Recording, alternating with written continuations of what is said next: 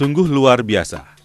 Pria yang berusia 39 tahun ini dan dikaruniai 3 orang anak, walaupun tidak mengenyam dunia pesantren, ternyata bisa menggantikan peran sang ayah untuk menjadi guru agama di masyarakat. Hingga di suatu saat beliau mengajar ngaji pada 3 orang yang sudah magister lulusan UIN. Saya Fakultas Hukum mengajarkan orang magister lulusan Fakultas Agama di UIN, Jakarta. Ya, ada 3 orang magister yang belajar pada saya tiap hari. Lama-lama saya paham, kalau begitu saya bisa kuliah dong. Maka saya suruh ya salah seorang yang ngaji kepada saya, magister di sebuah perguruan tinggi masyhur di Jakarta. Saya bilang, kalau bilang bisa kuliah, saya mau kuliah.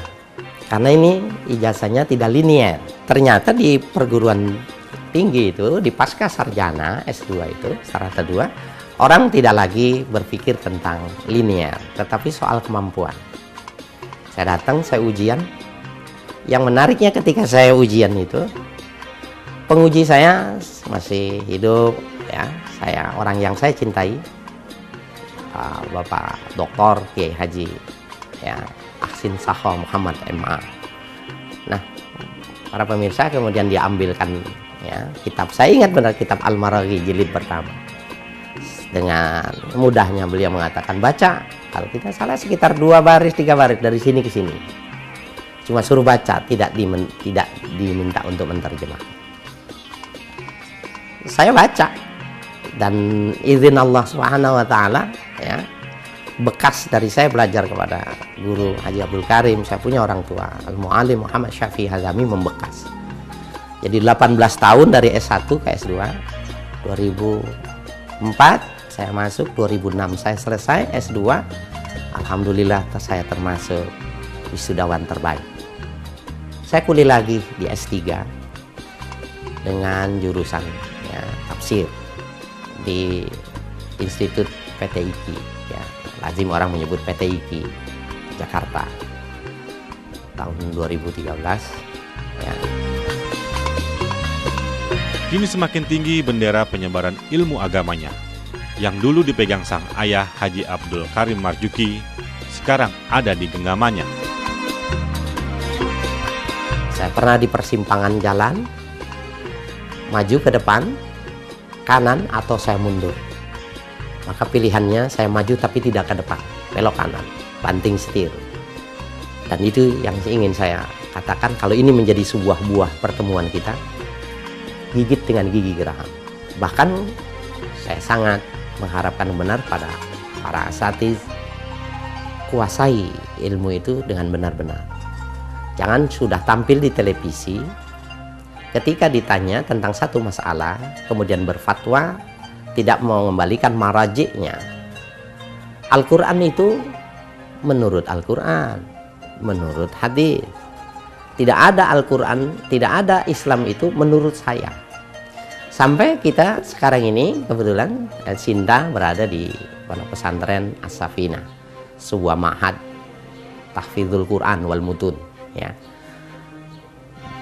Lembaga yang mengajarkan orang untuk menghafal Al-Quran, kemudian mendalami Al-Quran. Pada kapasitas ini ada yang kedua, menghafal teks-teks kitab klasik yang cukup untuk menjadi ustadz di kampungnya ya. Di mana saya datang, saya bawa kader yang ada di kota itu, sehingga pesantren ini walaupun belum besar, tapi representasi Indonesia, karena dari beberapa provinsi yang ada di Indonesia sudah ada di sini. Sekolah di sini gratis, nggak usah bayar. Syaratnya cuma satu, serius. Sebuah antisipasi ketika orang membuat sistem pendidikan Al-Quran dengan gedung yang sangat luar biasa, bagus, ya, mewah, seperti hotel. Cuma mau masuknya mahal, 30 juta, 25 juta. Saya khawatir 25 tahun yang akan datang, orang miskin nggak kenal Al-Quran karena mahal. Nah, pesantren ini barangkali menjadi sebuah alternatif. Saya pingin orang-orang miskin di sini, yang pingin ya belajar untuk menjadi kader bangsa, kader umat, kader ulama ke depan, belajar di sini gratis. Cuma satu syaratnya, ya serius. 10 tahun yang akan datang, orang tua saya, guru-guru saya, mereka bangga.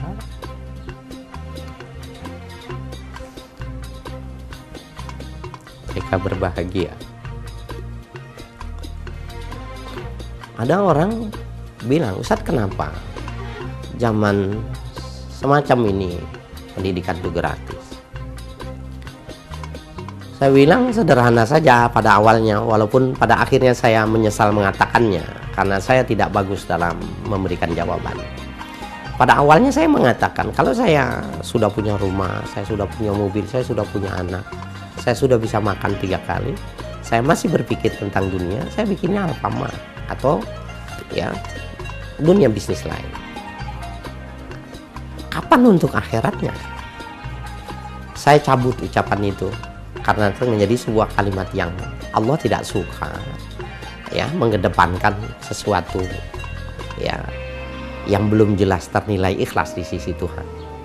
Sehingga pun sejak saat itu saya cuma mengatakan, ya, karena memang saya suka pesantren ini gratis, sehingga orang yang mengajar di sini benar-benar tidak ada pamrih, tidak ada keinginan. Sementara guru-guru yang lain, ya, saya mesti carikan dana dari ya, para donatur, ya, para pengurus yayasan dan lain sebagainya. Saya ingin berdoa kepada Tuhan, pesantren ini sampai hari kiamat gratis.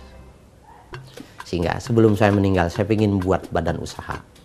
Kalau para pemirsa ingin bersama berdakwah untuk kepentingan agama, saya ingin punya sebuah badan usaha sehingga guru-guru ini harus mendapatkan honorarium, sementara yang sekolah gratis. Jadikan saja kita ambil upahnya nanti kelak di akhirat. Itulah yang membahagiakan orang-orang tua kita, guru-guru kita. Dia bangga pernah melahirkan anak. Banyak yang meminta saya waktu itu untuk menjadi sekretaris salah satu parpol yang besar. Saya sudah terbayang di otak saya, berarti DPRD itu di tangan saya. Tapi saya berpikir inilah cobaan buat saya dalam memilih. Saya tolak baik-baik, ada 2 yang saya tolak baik-baik.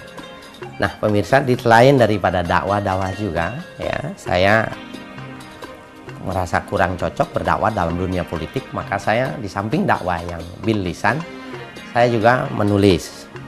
Saya lupa, ya, ini awal mula saya menulis, saya menerjemahkan karena saya merasa sulit mencari kosakata dalam menyusun penterjemahan, ya.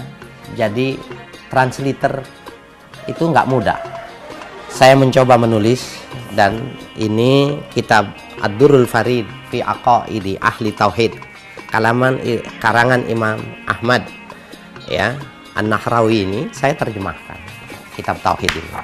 Dan waktu itu, waktu saya mau menerbitkan, saya mau mengajarkan kitab ini, saya serahkan sama Muallim Syafi'i Hatami.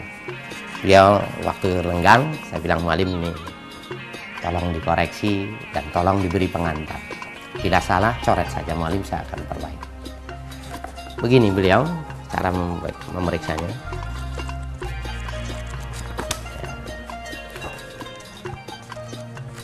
Kitab ini bagus. Ya, kitab ini bagus. Ajarkan. Kuncinya di sini. Ikhlas karena Allah. Insya Allah manfaat. Dan ini beberapa majelis taklim sudah khatam. Nah, bagi pemirsa bila bertemu dengan kitab ini, Biara Tauhid saya terjemahkannya. Tolong diedit karena waktu itu saya tidak bisa mengetik. Ya, jadi ada beberapa yang perlu editing, ya. Kemudian saya juga menerjemahkan kitab Salalimul Fudhala Syekh Muhammad Nawawi Al-Bantani. Salalimul Fudhala saya terjemahkan, bagi pemirsa juga nanti akan mudah kalau ingin mendapatkan ini untuk mengajar, maksudnya bagi ustadz-ustadz muda yang perlu memperkaya kosakata bahasa, ya, maka ini diterjemahkan seperti itu. Dan bagi para pemirsa juga bisa membaca karya dari Abdul Wahab Asy'arani, Wasiyatul Mustafa di Ali ibn Karramallahu wajhah. Saya terjemahkan juga menjadi wasiat Nabi. Ini Kalau ada penerbit yang ingin menerbitkan liizil Islam wal Muslimin, tidak usah memberikan royalti kepada saya. Setelah diedit, saya sepakati diperbanyak dan tidak ada royalti liizil Islam wal Muslimin.